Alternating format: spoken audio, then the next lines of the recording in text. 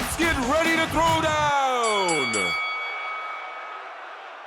Welcome to the show, everybody. Sales Throwdown. We are back, and we thought we would talk about some of the worst advice we have ever gotten in sales. And the minute I said this to Clint, he got super ramped up and said it was about time I picked a good topic ever. So we're going to start right there with Clint, man. Like what you got? Worst piece of advice you've ever gotten in sales? Oh. The list is long but distinguished. I would say, I'd seriously say there's at least 10, like do this thing and you will win. And one of them was pretty recently by a, pretty veteran guy in the industry. And he told me, oh, no, you're doing this all wrong, buddy. You got to go in so low, with your number. Just give them a bullshit low number that they have to call you back. It's so good. And then you worry about getting the price right after that. Oh. And I thought, yep, this is who I'm competing against right here. Wow. But that was just recently. He said, "No, you don't know the Houston market. Let me tell you how it operates." I thought, oh man, that's some good stuff. When you heard that, did you just punch him? Like did you yell at him, or do you just say like okay, or what? Like, yeah, I said, yeah, I'm not going to do that, but thanks. All right, Al, worst sales advice you've ever heard? Yeah, I'm kind of running it through my mind. Yeah, I'll take a pass. I've got so much bad advice. I got them all coming together here. Let me give me a minute to sort through this. I've had plenty of bad advice. So, Nan? Oh, the first thing that came to mind was, and y'all might agree with this, not that I care at this point, but that was rude probably, but I was told by my first boss in sales, you go into an office, you meet a doc, and you shake hands a lot of times. And the first day, he was like, "Oh man, you've got to quit shaking hands like that." And I go, "What are you talking about?" And he was like, "You got to shake like a man. Like you got to like show force. You can't just go in there with the pansy little handshake." And I was like, "What? I'm not a man. I'm a female, and I'm a petite female, and I'm going to shake however I want to shake." And he just thought that was so rude and so stupid. But I will tell you that being yourself, being who you are, if you're Clint, yeah, you go in and shake like a Marine handshake probably. And and for me, I'm not going to go in there and, like, "Hey, how are you doing?" And I think it's bowed me. I've done well being me. And I think that's really important. So when you ask people to change their, whatever you think is appropriate, I don't think that's a good idea. And the second thing is not as lengthy, but and the other thing I was told, just book lunches, get those lunches in there. And I've seen over and over what failure that is. All you're doing is feeding 30 people, spending $300. And it's just, those 30 people don't give a rat's tail. And you, a lot of times, don't get to even have communication with the people that make the decisions. So it's kind of silly. I remember one story very recently that Al and I, mutual salesperson, they took in food. Remember, I don't want to name names or anything. They took in all this food. They were ready to feed everybody, and then we're not even going to see the decision maker. And he was so mad, he took all the food up and left. And I was like, there you go. And I think that's appropriate, Talk about a terrible KPI. Just get lunches. Okay, boss, I've got 35 lunches.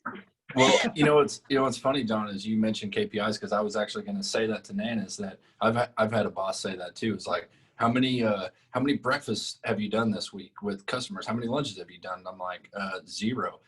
Meanwhile, I'm killing it in sales, sold out the year in like June, and this guy's telling me, oh, you need to sell more by selling bagels.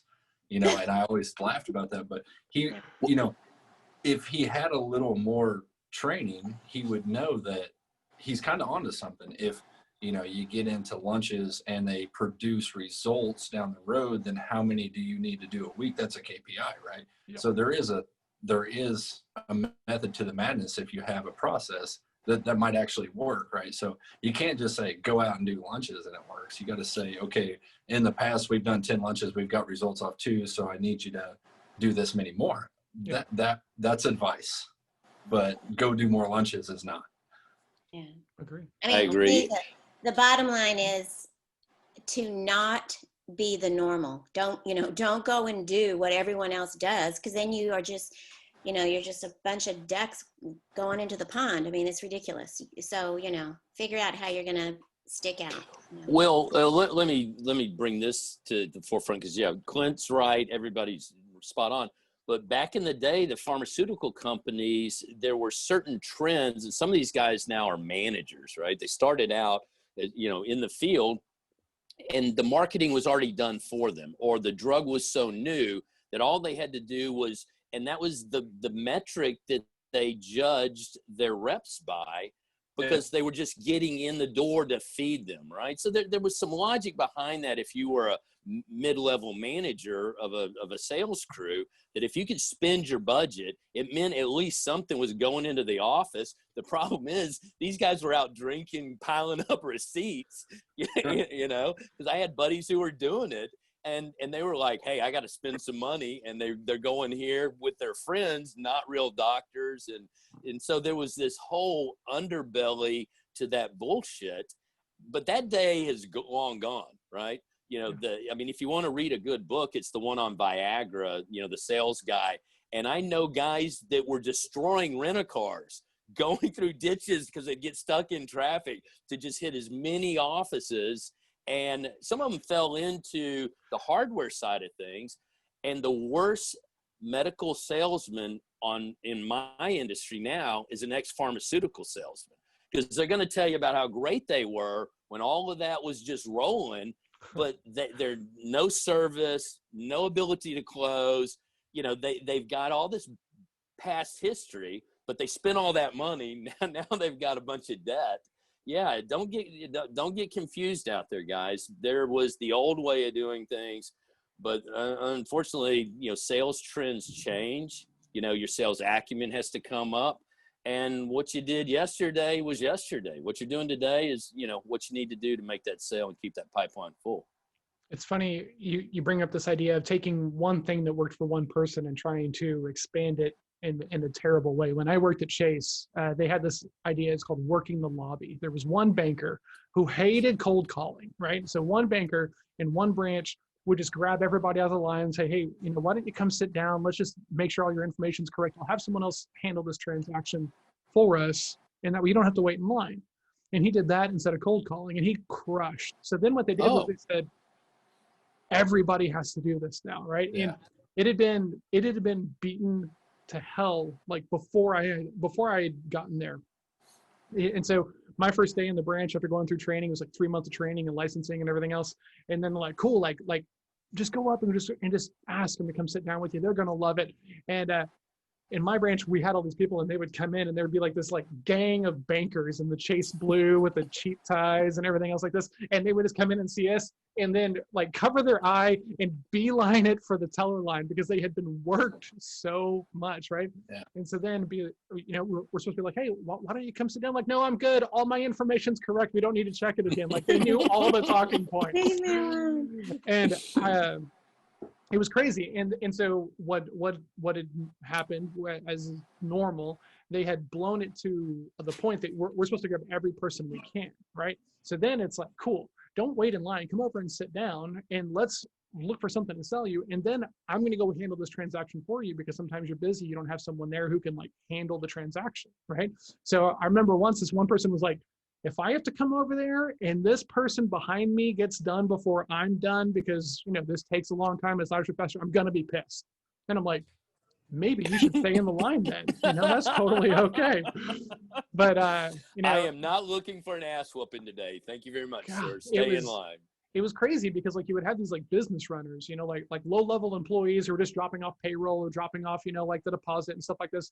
And like they can't make decisions on anything, but we're supposed to grab every one of those people. And then finally we got this manager who was like, if you don't have someone who's going to handle this transaction, don't bring somebody over to your desk. And then of course we abused the crap out of that because like somebody would walk in and it'd be like, hey, go to the bathroom real quick because I don't want to sit down with this person. And then there wouldn't be somebody who could handle the transaction for you.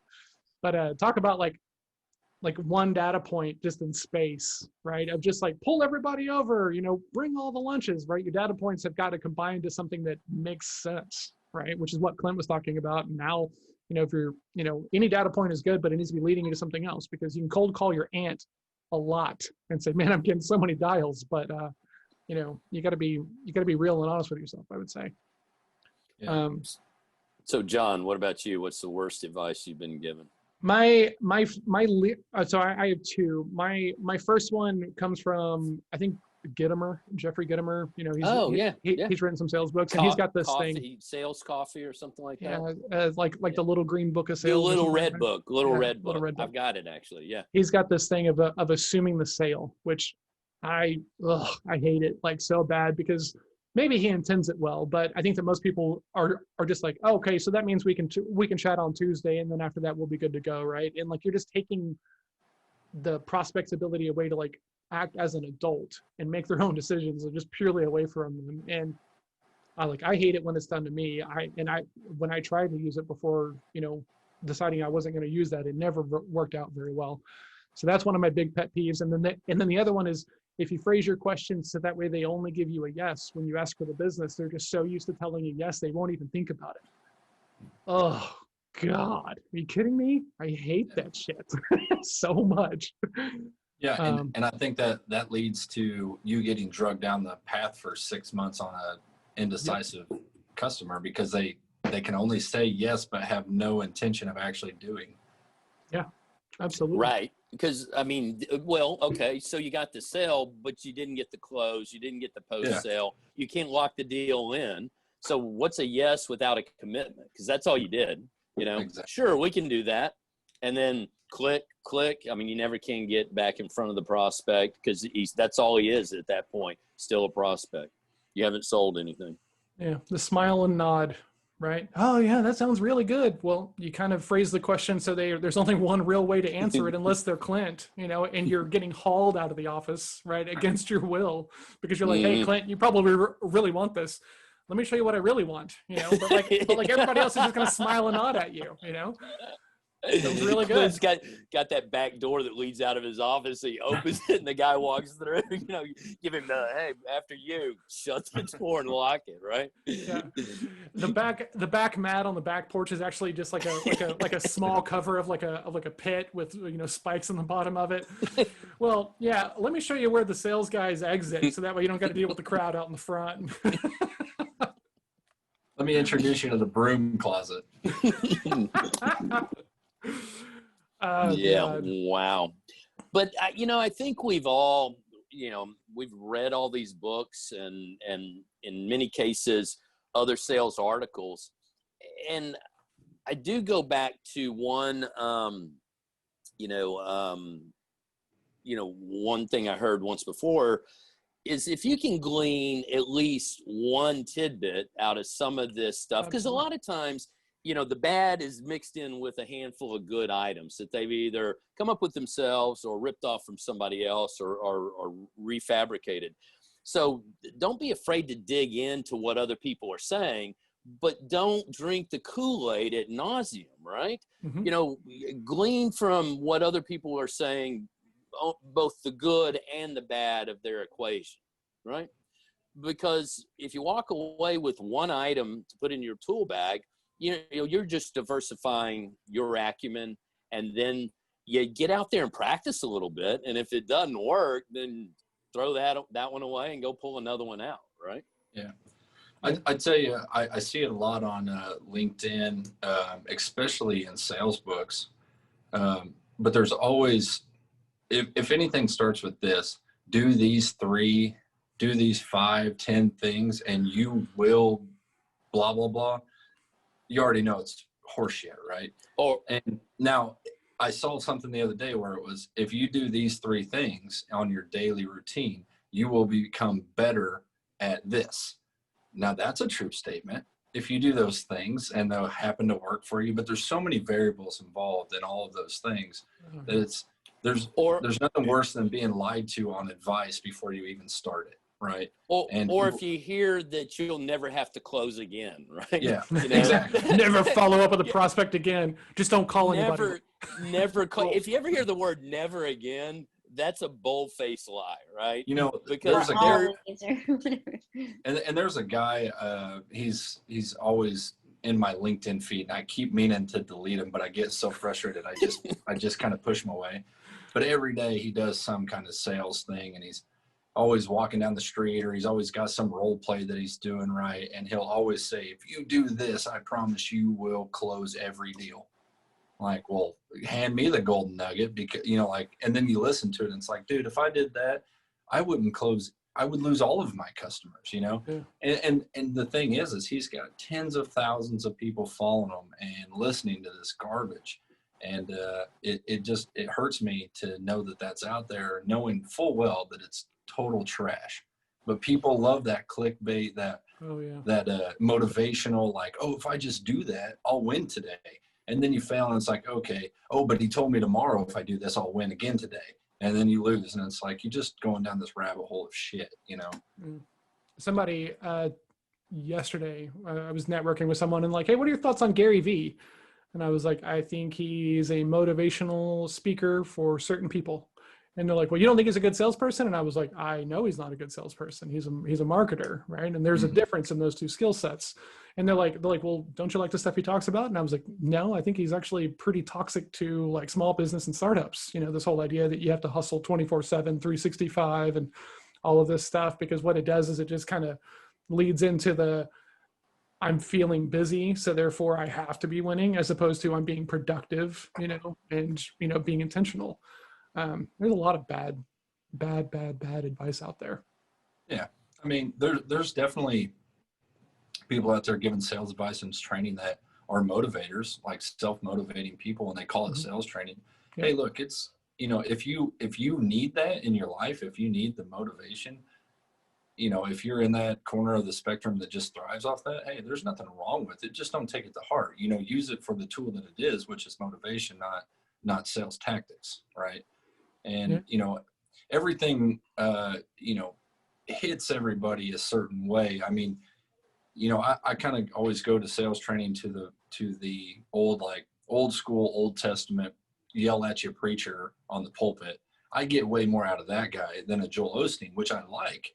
He's a good guy, but he's all motivation, right? It's 30 minutes of motivation, 2 minutes of scripture. I don't get anything out of it. So if I'm trying to learn a subject, right, I need the professor. I need the guy that's worked through the weeds, the guy that probably came up through sales, not the guy that bought into a program and sells something, right? Or, you know, just because you write a book, guys, just because you write a freaking book does not mean shit. Anybody can publish a damn book. Exactly. It doesn't mean anything. It really doesn't. Well, it doesn't mean it's good. Not getting a copy of my book, so. If it's good, I'll read it. But it's probably not gonna what a moving target that would be. I mean, but you know, that's the thing. Is like I've got books upon books of people. You're in sales, you've got to read this. You've got to read. This is the greatest thing. And I make it through. I don't even make it through the first chapter. I'm like, God, this is shit. And somebody thought this was the best book on the planet. And I just think, you know, hey man, if it works for you and you're successful, but you know, the fact that you bought this book and you're leaning into this book for advice probably means you're doing something wrong, you know, and there's other ways out there. Well, I think that a lot of what I dig into is time management, you know, books like Getting Things Done, and looking at people who have really a process that they're trying to expose you to, given all the levels of distraction that can occur in a sales role. Because a lot of times you're out there flying by yourself, making your own moves and doing things on your own with a home base that you report back to, or maybe you own, you know, the company that you're working for. So I find a lot of that information very useful once you get into a rhythm of success in sales. because a lot of times you can get lazy pretty quickly unless you put that in gear along with your sales process. So Sure. I've found that to be helpful on my end, just speaking for myself. And I've got there's one name that popped up in my head a minute ago, Ian Altman. Have you guys ever heard of that guy? Mm-hmm. So Yeah. he's got a book called Side by Side Selling. I think that's the name of it. It's a very so I've actually said in a conference room, right, where people have hired him to come in and speak to leadership, right, and how to do better sales. And he went through this whole spiel, and he talked about how he did this one deal, right? He was ahead of his time, and he did this one deal, and he became a millionaire in selling. But he always had only the one story to revert back to. And I noticed this a lot too in some of the guys you pull out of combat and they become these trainers for CEOs, how to motivate your troops and stuff like that. They always revert back to the one story that they have, right? Well, that story is relevant a couple times maybe, but there's so many situations, so many variables. And the way Ian always explained this stuff, it was really good information, but that's all it was. There was no personality in it. There was no how do you deal with a customer that tells you to go F yourself in the first 5 minutes. How do you deal with that, right? Because that's an option. And everybody's always so focused on, hey, if you do my process, you win. But what happens if I do the process and you lose? How do you handle it from there? Because that's part of the equation. That's part of all the stuff. So, I look at those books. I'm like, okay, this is a screwdriver in my toolbox that I can now use. Thank you. But I've also got 4 other screwdrivers for when that screw type, is in front of me that I need to use that. So, I jumped on my phone because, I'm notorious for not remembering movies. That's why I can watch Pulp Fiction 60 times and, still enjoy it. But, the first thing that pops up on my phone is How to Change Your Mind by Michael Pollan. Then the next one's The Dictionary of Body Language, 48 Laws of Power, business storytelling. Yeah, business storytelling, and that's for dummies. Measure What Matters by Measure What John Matters is Dior. really good. Yeah. All Marketers Tell Stories and Are Liars, and that's by Seth Godin. Never Split the Difference. Winning Body Language in Sales Professionals. So there's a lot of filler in every one of those books, but inside there is something that these people felt compelled enough to write a book and spend some time on. So if you're not reading, and you look at Warren Buffett, you look at any of the greats out there, they're gonna revert back to how often you read and what are you reading. And it's not to say that you don't read a lot of stuff that's gonna mimic other things, but this redundancy and this constantly feeding the big thing between your ears, right? Then practice, right? You got to get out and, go through the actions. So, yeah. Well, I mean, that kind of goes to the theory of, like a drug addict, right? You want to stop being a drug addict, then stop hanging out with druggies, right? Like move on, get out of the atmosphere. You've got to get out of that. And if you're losing in sales constantly, if you're constantly losing and you don't know how to get out of the hole, look at what you're doing and look who you're surrounded by, right? Yeah, because so important. It is. And if you surround yourself with knowledge and information and power that's winning, then you're probably going to fall into that trap versus the failure side. And I found myself in that many times.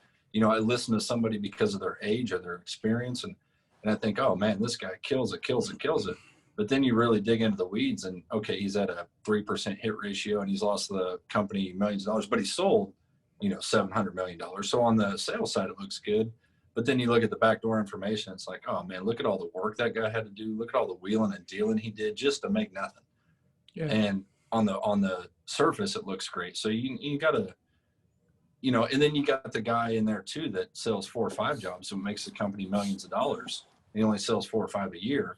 That's the guy I want to be around. That guy works the least, he works the easiest, and he makes everybody money. And he's probably the silent guy. That's the people I want to be around. Exactly. That is such a good point, Clint. I'm so glad you said that because it is vital who you hang around. You are going to mirror. This came out today, and I sent it to my staff. It's called Warren Buffett Says 4 Choices in Life That Separate Doers from Dreamers. And it's a pretty easy to The number one, pick your friends wisely. And you guys can dig it up and read it. This was in ink today. Number two, go to bed a little smarter each day. Mm-hmm. Number three, improve your communication skills. That's what we're doing. And number four is say no more often. Yep, for sure. Yep. And you know, he goes on with an explanation behind each one of those. But that was just today's tidbit that got me in the right groove to get through my day. And yeah, I mean, those are the things that you do consistently is you reach out, learn something new every day. And then, you know, and then ask yourself how you did that day, right? And what'd you learn? Yeah. What can you take away? I'd love to switch this conversation now that we've got that out of the way to what's the best sales I was advice just you got? going to say that. All right. Let's do that. I love it. What do you got, Clint? No, I'll go around the horn. I mean, that still puts you first, D. I'm the host. What are you talking about? Oh, okay. So Clint's now an S, so he doesn't have to go first. Al, best sales advice you ever gotten? Go for the no. Go for the no. Okay. That's a good one. Nan? I do. Sorry. Got to close the deal. Hold on. Surgery's on hold because of Al. I'm on my podcast Hey, right we can now. all just be quiet and we can just hear the overflow of Al. Are you I'm like, serious, Al, Al? go away. Oh my God. Okay. Al's been muted. Okay. He's back. There Good you go. Lord. Talk about a high maintenance co-host. Good Lord. You got to unmute, buddy.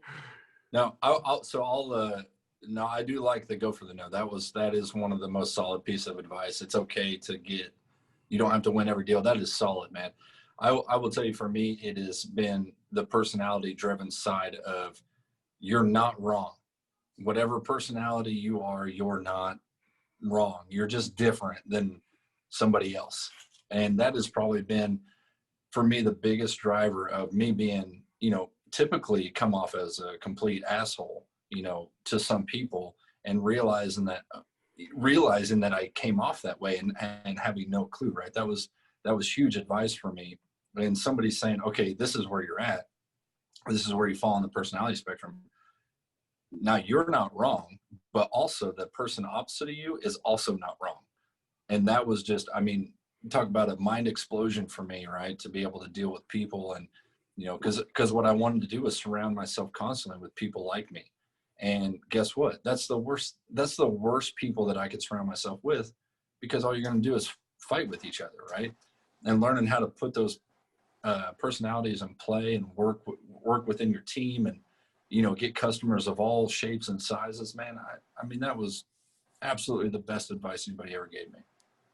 Wow. Okay. Just real quick, if you've gotten good sales advice or bad sales advice, text it to us. We'll talk about it on one of these shows, 817-345-7449.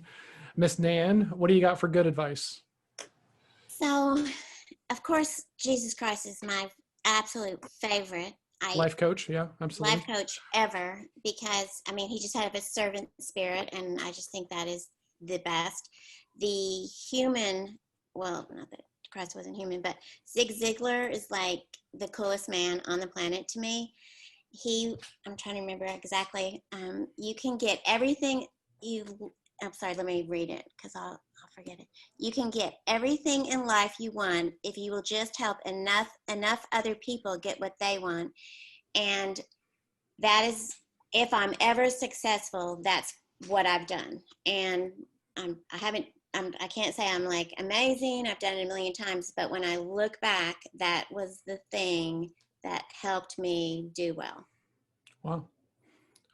So that quote had a big impact on me. Like we were all together at a sales conference and they put it up on the page, and like, I was like, okay, cool. I need to change what I'm doing, because it was a huge moment. But, was that when I was at the bar texting you guys to come join me? yeah, pretty much. Yeah. I was running out of that room whenever I saw that text. I was like, wow, this is where I need to be. So yeah. So all of these things you guys have talked about have been huge things for me, but like arguably the biggest thing is that it doesn't need to make sense to me why they do want to buy or why they don't want to buy, because it's their purchase, right? Because I have talked myself out of some deals in the past because I'm like, this just doesn't make any sense. And they're like, oh, okay, yeah, I trust you. This probably doesn't make sense. And then they leave. But like value is in the, value is in the eye of the prospect, right? If it makes sense to them and they're willing to pay for it, shut up and do it, right? Like, and by that same token, it doesn't have to make sense to me why they're telling me no, right? I need to qualify to make sure it's a good no, not like a smokescreen or some bullshit objection or something else like this, or stall. But like once it's a real no, if I try to bump heads with that, they just dig themselves deeper into that trench, that they're already in, so it kind of plays into that go for no that I was talking about, and that we all do a lot, but it doesn't have to make sense to me. Can I break that down for a minute psychologically? Because it's really interesting that we all four chose what we chose, as our favorite, because Nan's was very motivational, right? Imagine that. The S needs motivation.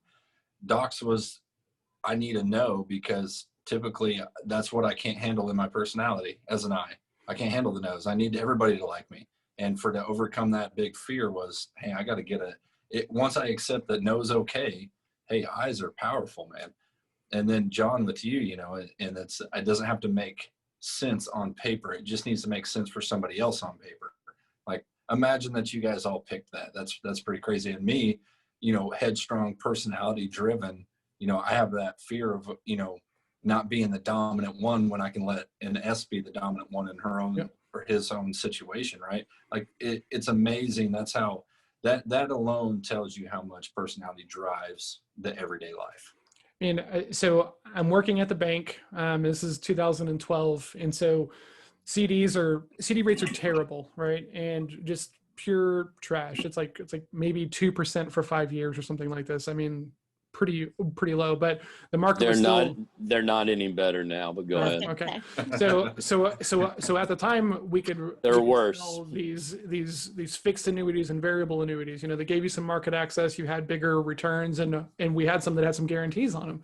And I would call these people in and I'd be like, man, you're probably not happy with that rate of return. And they're like, well, no, I would love it to be more. And I'm like, well, let's get you over here.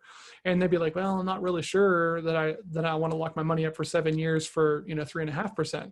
And I'm like, why wouldn't you do that? And then they leave, and I would just like walk around like kicking rocks, like, what an idiot, but it doesn't have to make sense to me. It needs to make sense to them. And if we don't qualify around, hey, if you're going to lock your money up for longer, what kind of rate of return would you be looking for? And asking those kinds of questions. I didn't have those questions in my arsenal because it was like, this makes sense. You're an idiot if you don't buy it, which did not serve me very well. So can I segue that for a second? Because there's something that I always want to talk about, and it kind of goes with putting all this together. But, I've got a lot of customers sometimes that will, just because it makes sense to them doesn't make it right either in the industry, in what you do.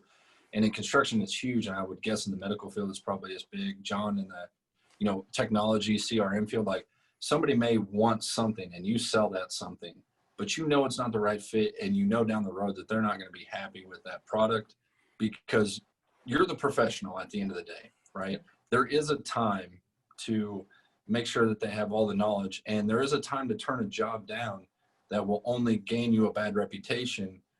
As much as you want the sale, man, as much as you want the $30,000 PO that, you don't get on a daily basis, there is times to turn that shit down for your own benefit down the road, for your own sanity, for your own professionalism. Like I have to do it all the time. You want this. I don't put in shit jobs. I don't want to put shit jobs in. I don't want to be known for that guy. You know what? Give it to my competitor. Let him do it that way, and let his name become trash in the market. And yeah, it's a 20-year process, for that to ever show up. And maybe I'll never do business with that guy ever again. But, to me, man, there is a time you got to get out. There just is. Well, and you lead it. To me, what you just said is reputation is everything. Yeah. And the honest approach about what you think about your own product and your own ability centered around that product. Because if I'm using something or taking it in front of one of my surgeons or one of my docs, I want to know when this thing screws up, where's it break down at? And I ask the manufacturer that so that I can, some doctors, they're a little heavy handed. Some guys are a little too light. Everything has a fit, but it doesn't fit everybody. So you have to know your product line. And there's where you couple knowing a lot about your industry, how you sell then becomes a component of the value that this customer is going to see down the road from what you sold them, so that you can come back in and re-engage for the next sale. Because, a lot of industries may be one and done, but I think there's as many that are continually, it's a relationship you develop that carries you down the road for other deals. Yeah. And, recently this hopped up in a conversation I was having with another, I guess, competitor of mine, another colleague. And the guy said, we had a meeting with one of Elon Musk's companies, and he was building a huge Tesla factory in Las Vegas or something like that. So, somebody had filled his head, over a drink or over some, somewhere at a conference, that you need these type of pumps in your factory. And the guy selling the pumps said, look, that doesn't make any sense. That guy, that's the top of the line pump, but you don't have any humidity. You don't have this, you don't have all these elements. It actually makes no sense. It actually becomes more inefficient. But because this guy had it in his head, and Elon Musk, who, I think is one of the brightest minds on the fucking planet, I love watching what he's doing. He doesn't know everything about everything. You are still your what we always say, your doctor in your field. You are the professional in your field. And sometimes there's a time to stand up. So, just talking to this guy, oh yeah. So I said, well, what'd you do? Oh man, we sold him whatever he wanted. It's Elon Musk. And I thought, that is one that I would probably lose the sale, but I'd push back. And, because it's unnecessary. It's a complete, and they took all the old equipment. We're talking millions of dollars in equipment, right? They took all the old stuff, they scrapped it. They bought millions of dollars of this new stuff because somebody filled his ear. And what my advice was to this guy was, why didn't you fill his ear with the right stuff? Like if you were so sure, if your gut says it, and it's tough, right? Because part of you says, okay, you're buying, I'll sell it. I'm selling. Right? I'm selling. Yeah. And I get that. And don't hold me, don't put my feet to the fire on this, because I get that side. And I'm not saying that I haven't done some similar things in the past, but at some point when it's so wrong against what you know is right, you gotta let the people know, right? It's just a right thing to do. I just ask, right, in those kinds of situations, hey, you're saying this, so far everything we've talked about doesn't really indicate that you need anything at that level. Are you sure this is what you want to do? I'm sure, right? Then I can check that box that I've done everything that I possibly can, right, in that moment. But I do agree with you though, right? Because sometimes you have to step away just because it's gonna be bad, right? Like a guy I was talking to the other day, where he's looking for a closer. We're talking about it, and I'm going to build the process and everything else. And he was like, "Well, we've got a good process." And I was like, "Well, here's the deal: if I can't have any influence over the process, I'm not the right guy for you." And he's like, "Oh yeah, you can have total control over the process, but it's really good. We probably don't need to do anything about it." And I was like, "How do you know?" And he goes, "Well, because we're just killing it over here on the sales." And I'm like, "Then why would you get a closer? Why are we talking at all?" And so we kind of had to pull it out of him. And then finally I was like, "Man, I don't think that we're gonna be able to work together." And he's like, "Why?" And I was like, the processes I build work. If you already have one, it probably has some stuff in there that doesn't match up with my sales philosophy, which is totally okay. But if I can't do it end to end, it's not going to go very well. And I'm not confident enough to even send you an invoice for it. And he was like, "Well, let me think about it. Can you send some information over?" And I said, "I don't know why I would do that." Yeah, I mean, and it's a good, that's one of those situations that, to my point that I'm talking about, it's like, there's been times I've been faced with that numerous times where it's like, we want to hire you to do this, and they're handing me this, so to speak, golden ticket. But I look at, 6 chess moves ahead of what the fallout is. And I'll tell you this, guys, in every sales conversation I've ever had in my life, I'm always thought about the fallout. You can't ever forget about that. And something. Clint, is that easier or harder when your pipeline's full? No, It's definitely harder. It's a good question, and I know you're being a little sarcastic, but it is a good question because I'm dealing with some of that right now. My pipeline is not full, and I'm dealing with some of that right now where people are wanting to hand us jobs if you'll just do this. And I say, man, you know, sometimes it's too good to be true, right? And you look at it and you're like, there's no way I can get there. And they dangle that carrot out there enough, and it's just, you know, people outside of your maybe your team, maybe a president of your company or a CEO or whatever, regional vice president's like, this, why wouldn't you do this job? But you know too much information, right? And you just think, man, this is not the right move. Please trust me on this. You know, I've had those conversations. So yeah, it is easier when your pipeline's full, but it's also the right thing to do when it's not. Because the last thing you want to do when you have your pipeline short and your revenue short, the last thing you want to fucking do is write anything down or take a loss on anything. Everything you sell up to that point has to break you even, put the lights on, feed the employees, keep the doors open, keep your brick and mortar lease paid, or make you money. Like, I get those, but to take a loss when your pipeline's short, it's just a bad revenue. It's a bad move. You know, along those lines, you know, we're all connected, right? We're on LinkedIn. We're on these social media platforms and everything else like this. Everything is so connected. We all have these personal brands, right? Of like who we are and how we operate in our zones. And because everything's connected, it's not that difficult if you work in a big company to find someone and be like, hey, how is this guy really? You know, and to dig in and figure that stuff out. And so if you're not acting with that utmost level of integrity, it's going to come back on you eventually, right? It might not be in this role, but it might be handicapping you and getting like that sales leadership role or something else along those lines. So you have to this stuff follows you around now. I mean, the world is tiny in the grand scheme. Well, and it does come back to the quality that you want to provide, right? Absolutely. And if you're going to stand by the sale that you've made and the purchase that your prospect is, you know, that they've taken on, you're gonna have to provide some satisfaction down the road. And unbeknownst to the buyer, you know, if the buyer's wrong, then the satisfaction isn't going to come because they're going to see it in the end result.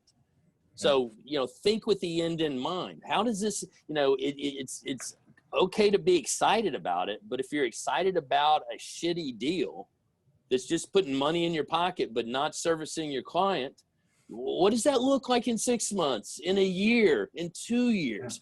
Where are you at? Yeah, because let's talk about the situation where, you know, the two options. Do you want to say 6 months from now, I told you so, and still be the guy that sold the job? And all they have is negative connotation over every word you're about to say. Or do you want to be the guy that did the right thing and backed out and said, hey, you know, this isn't for us, and be the same guy and say, I told you so, compassionately. And now next time, now for life, you'll know that I did you right. Oh, absolutely. I know which side I want to be on. Yeah. And along those same lines, right?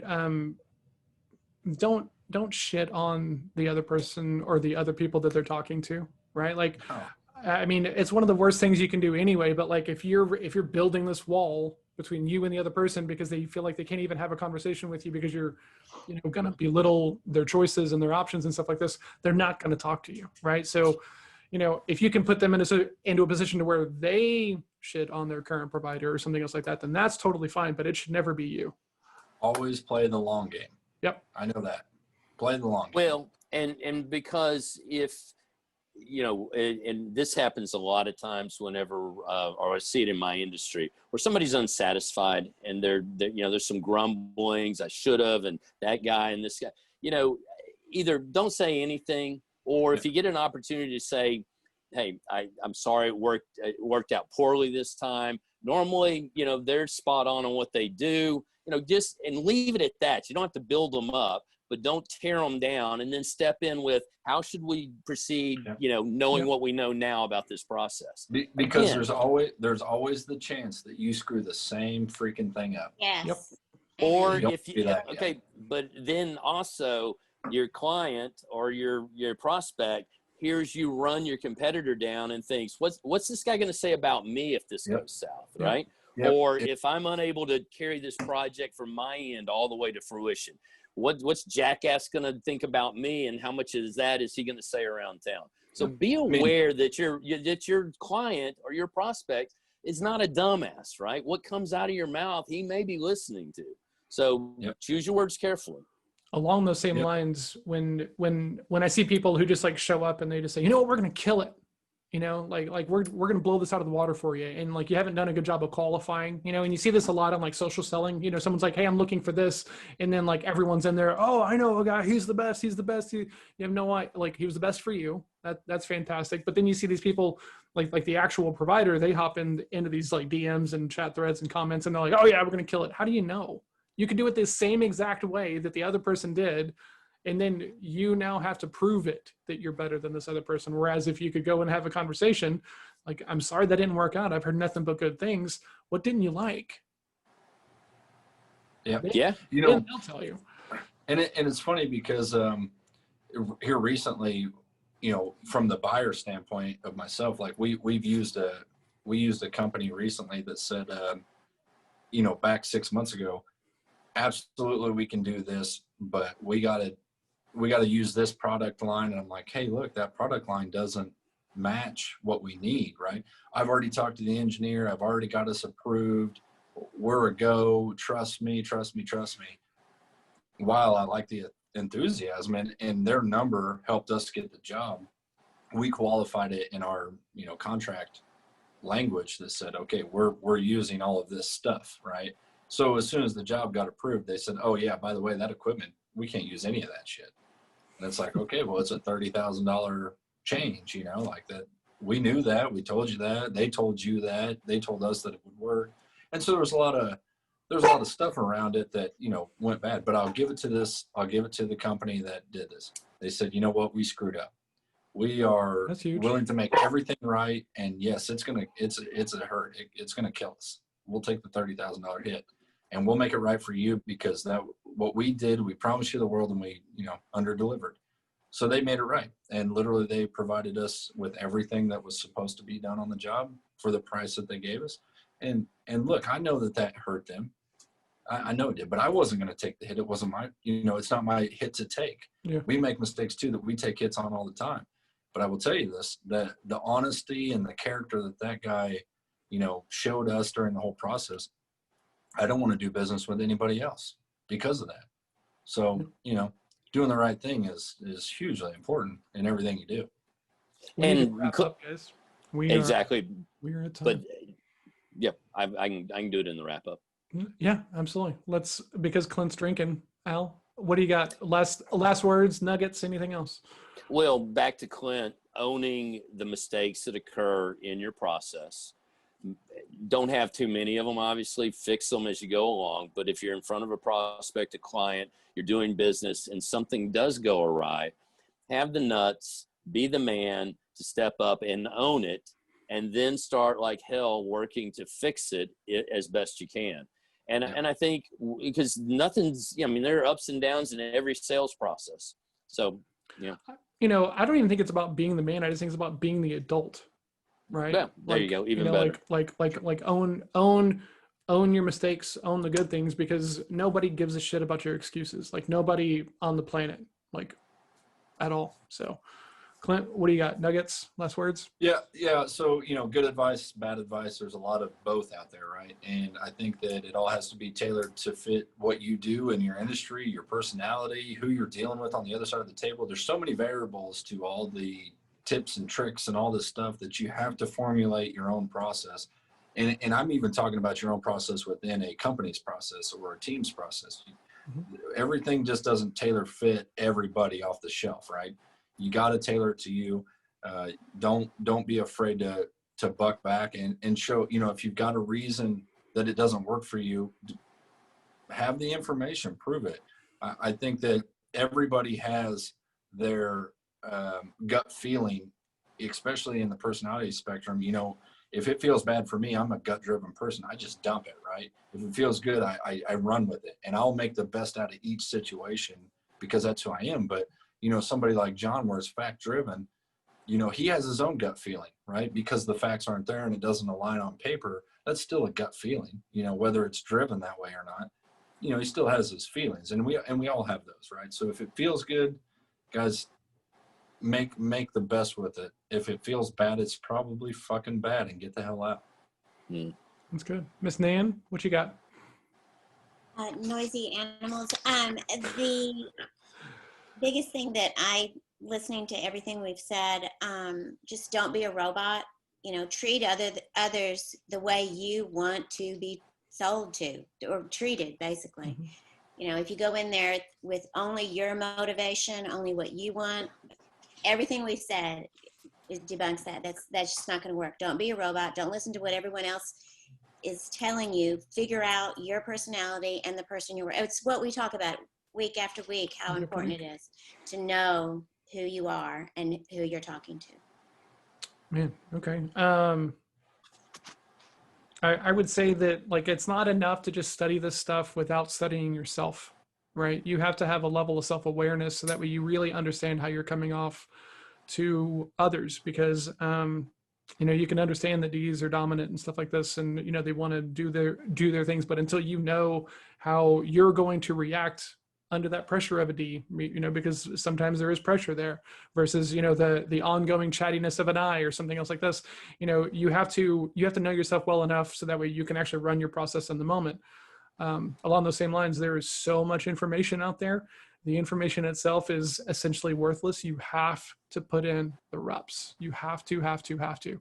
And, you know, you have to do it enough that you can do it as yourself, right? For a long time, I was just trying to sound like, you know, my coach, my business partner, these people that I was seeing on stages and stuff like this. And it wasn't working for me because it wasn't me. There was this odd, you know, imposter syndrome going on because I wasn't communicating as me. And it showed up because people were saying that I was different on the phone than I was in my conversations with them. And so I take that to heart. So put in the reps, do it until you can do it in your sleep. And it sounds like you know, you can do it in front of people who know you really well.